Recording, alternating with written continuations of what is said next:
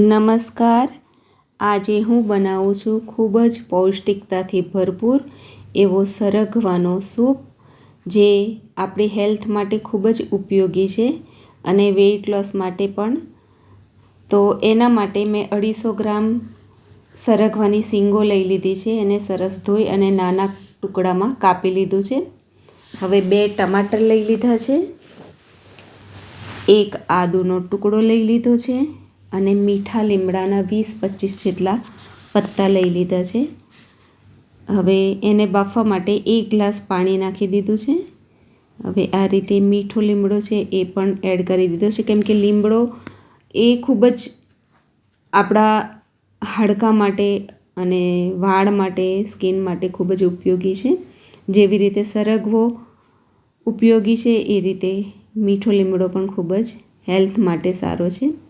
હવે મીઠા આદુના ટુકડા પણ અંદર એડ કરી દીધા છે. હવે 2 ટમાટર છે એને પણ આ રીતે રફલી કાપી અને કુકરમાં એડ કરી લીધા છે. 10-12 આખા મરી નાખી દીધા છે. હવે સ્વાદ અનુસાર મીઠું એડ કરી દીધું છે અને 4 સીટી થવા દીધી છે.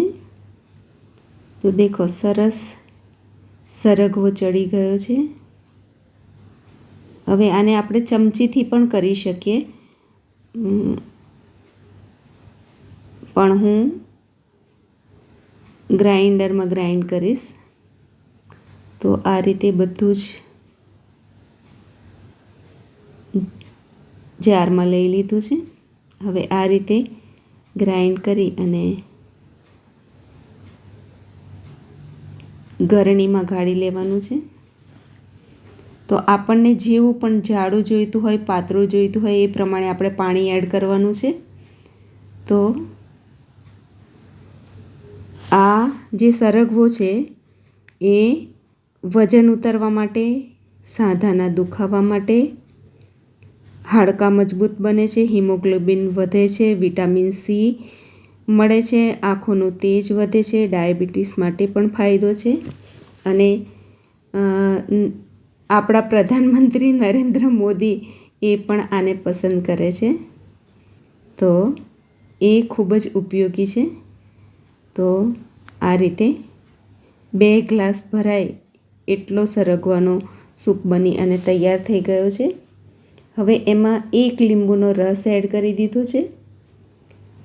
સંચર પાવડર, એનો ટેસ્ટ ખૂબ જ સરસ આવતો હોય છે. શેકેલું જીરું એ પણ એડ કરી દીધું છે અને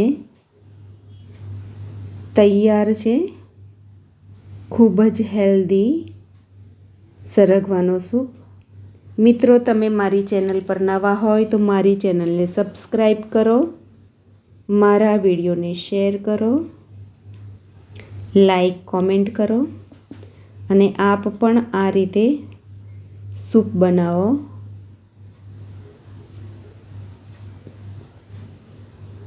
તો સુશોભન માટે મેં થોડા ધાણા, થોડુંક મરચું અને શેકેલું જીરું ઉપર એડ કરી દીધું છે. તો આ રીતે થિકનેસ આપણે જેવી જોઈતી હોય એવું આપણે રાખી શકીએ છીએ. તો ખૂબ જ ટેસ્ટી, જે નાના બાળકોને પણ ભાવે એવું તૈયાર છે સરગવાનો સૂપ.